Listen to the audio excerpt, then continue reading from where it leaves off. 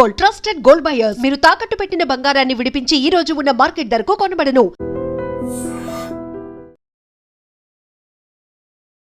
Welcome to iDream news. This is Pavan. కుకట్పల్లిలో దారుణమైన సంఘటన చోటు చేసుకుంది. కుటుంబంలో ఒక మహిళ చనిపోయినా కానీ 3-4 రోజులుగా ఆ శవాన్ని ఇంట్లో పెట్టుకొని వాళ్ళు అలాగే ఉంటున్నారు. సో దానికి సంబంధించి చుట్టుపక్కన బాగా స్మెల్ రావడంతో పక్కనున్న వాళ్ళందరూ కలిసి, అపార్ట్మెంట్ వాళ్ళు, ప్రెసిడెంట్, వీళ్ళందరూ కలిసి ఎస్ఐ గారికి అక్కడ కుకట్పల్లిలో కంప్లైంట్ ఇవ్వడంతో వాళ్ళు వచ్చి కనీసం దాదాపు ఒక 2 గంటలు బతిమలాడిన తర్వాత ఆ బాడీని తీసుకొచ్చి పంపించడం జరిగింది. అసలు ఏం జరిగిందని వివరాల్లోకి వెళ్తే, ప్రస్తుతం మనం కుకట్పల్లి కింద, కుకట్పల్లి వివేకానంద నగర్ కాలనీ రామకృష్ణ స్ట్రీట్ దగ్గర ఉన్నాము. మీకు కనిపిస్తుంది కదా, శ్రీ భరద్వాజ్ నిలయం అని చెప్పేసి, శ్రీ సాయి భరద్వాజ్ నిలయం. సో ఇక్కడ ఏం జరిగిందంటే, ఇక్కడ ఉండే 3rd ఫ్లోర్లో ఉంటారు వాళ్ళు. సో ఒక ఫ్యామిలీ కైకలూరు దగ్గర నుంచి వచ్చారంట, ఏలూరు దగ్గర. సో అక్కడ నుంచి వచ్చి యాక్చువల్లీ వాళ్ళది వెల్ సెటిల్డ్ ఫ్యామిలీ. వాళ్ళ ఫ్యామిలీ, వాళ్ళ హస్బెండ్ ఎస్ఐ అంట, 2 కూతుర్లు, 1 కొడుకు. మంచిగా 5 మెంబర్స్ ఉండేవాళ్ళు. బట్ 18 ఇయర్స్ నుంచి ఇక్కడ ఉంటున్నారని చెప్తున్నారు. బట్ ఎవరితో కలిసేవాళ్ళు కాదు. కొంచెం వాళ్ళ ప్రపంచం వాళ్ళది అన్నగా ఉన్నట్లుగా ఉండేవాళ్ళంట. గతంలో ఒక వాచ్మెన్ మీద కూడా ఈ ఫ్యామిలీ, ఇప్పుడు ఎవరైతే చనిపోయారో ఆ మహిళ దాడి చేసింది కత్తితో అని చెప్పేసి అని అంటున్నారు. ఆ తర్వాత అతను మానేసిన తర్వాత చాలా మంది వచ్చారు, వెళ్ళారు. బట్ రీసెంట్గా ఇప్పుడు ఆమె అనారోగ్యంతో చనిపోవడం జరిగింది. చనిపోయిన తర్వాత ఫ్రైడే రోజు చనిపోతే తీసుకొని వచ్చి ఇక్కడే రూమ్లో పెట్టడం జరిగింది. పెట్టిన తర్వాత వీళ్ళు రేపు తీస్తారేమో అని వెయిట్ చేశారు. సండే వరకు వెయిట్ చేశారు.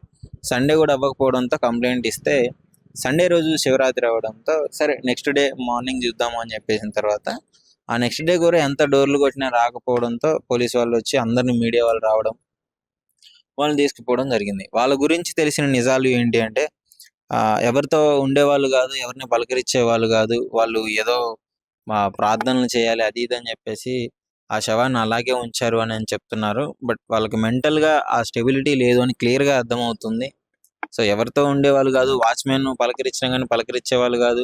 కనీసం ఈ రామకృష్ణ నగర్ ప్రెసిడెంట్తో కూడా సరిగ్గా మాట్లాడే వాళ్ళు కాదు. వాళ్ళ ప్రపంచం వాళ్ళదే. వాళ్ళ ఎస్ఐ అని అంటున్నారు, వాళ్ళ ఫాదరు. మరి వాళ్ళ ఫాదర్ ఉన్నప్పుడు ఎస్ఐ కాబట్టి ఆయన కొంచెం మాట్లాడేవాడంట. తర్వాత ఆయన చనిపోయిన తర్వాత ఇంకా వీళ్ళే ఉండేవాళ్ళు.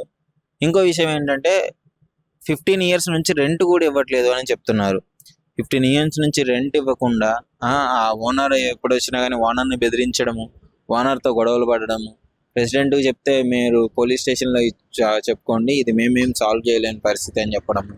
అంటే కొంచెం డిఫరెంట్గా ఉంది, వీళ్ళ లివింగ్ స్టైలే డిఫరెంట్గా ఉంది. సో దాన్ని బట్టి పోలీసు వాళ్ళు కంప్లైంట్ ఇచ్చారు. ఆ బాడీని అయితే తదుపరి కార్యక్రమాల కోసం అయితే ఏపీ తీసుకొని వాళ్ళ సొంత ఊరికి వెళ్ళిపోయారు.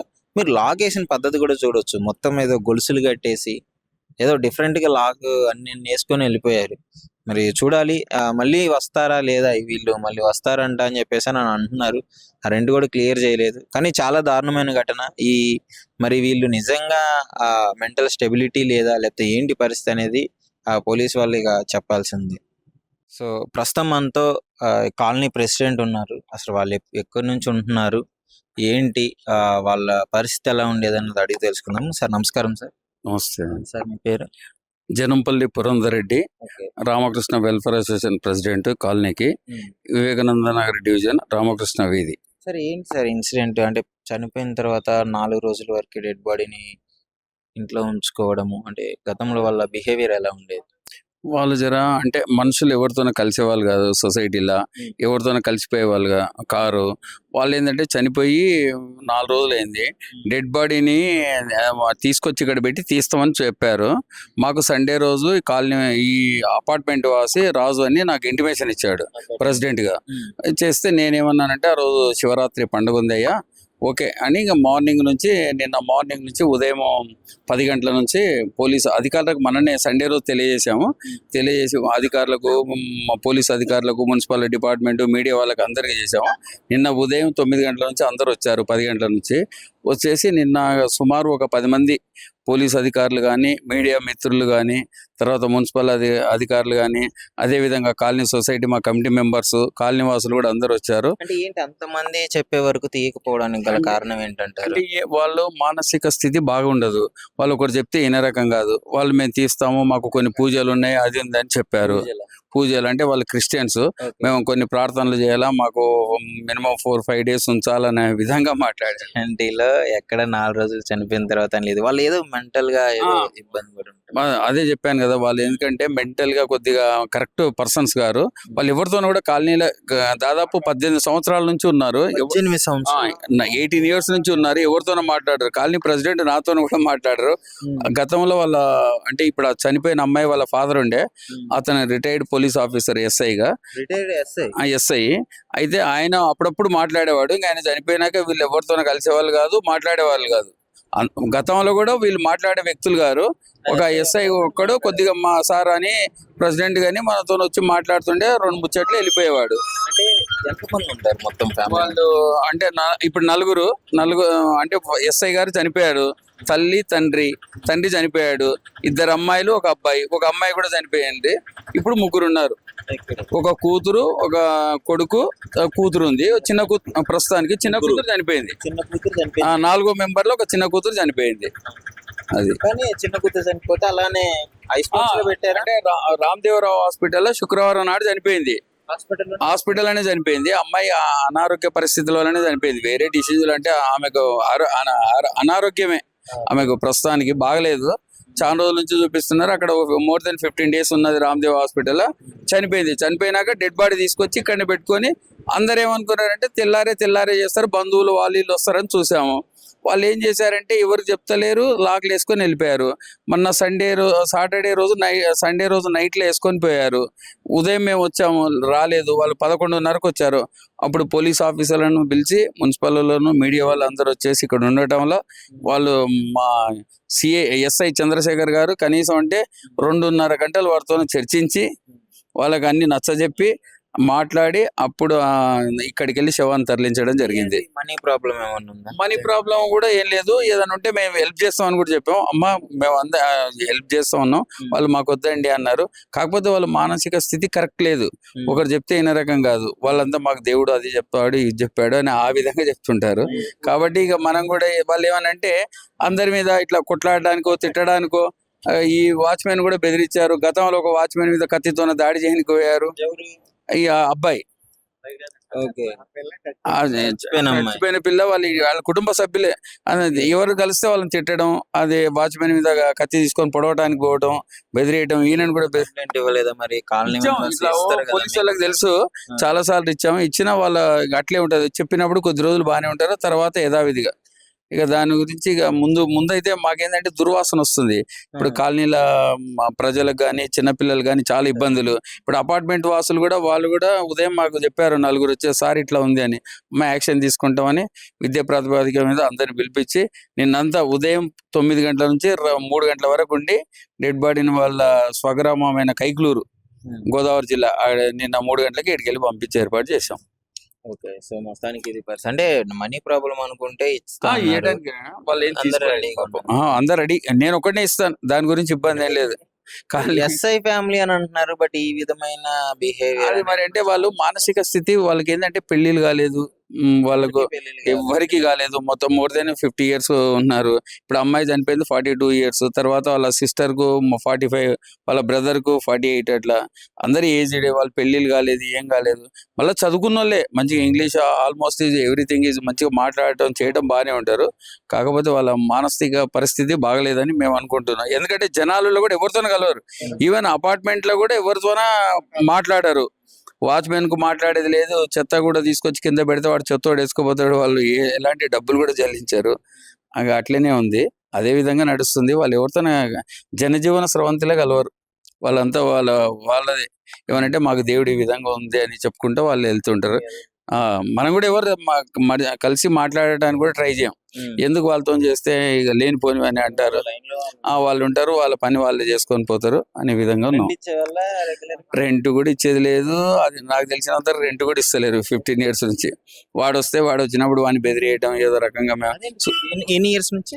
More than 15 years. ఏమనంటే మాదే ఇల్లు అంటారు వాళ్ళు, ఆడేమొచ్చి నాదే అంటాడు. ఇక సరే ఈ గొడవలు మాకెందుకని పోలీసులు కూడా అట్లేం లేదు. నాకు తెలిసినంత వరకు అట్లేం లేదు. నేను 40 సంవత్సరాల నుంచి ఉన్నా కదా, ఈ కాలనీ పుట్టించిందే నేను కాబట్టి నాకు A to Z తెలుసు. ఇక్కడ అందరూ కొత్త వ్యక్తులే గాని మనకంతా తెలిసినదే. వాళ్ళు వేరే ఇంతకుముందు వేరే ముస్లిం అయినది ఉండే, ఆయన దాంట్లో వీళ్ళు రెంట్ కొంటుండే. ఆయన ముస్లిం ఆయన కూడా వేరే వాళ్ళకు అమ్మిండనే అన్నారు. ఇంకా మా దగ్గరికి ఎవరు రాలేదు, దాని గురించి కూడా మేము పట్టించుకోలేదు. 15 years నుంచి రెంట్ ఇవ్వట్లేదు అంటే ఎలా యాక్సెప్ట్ చేశారు?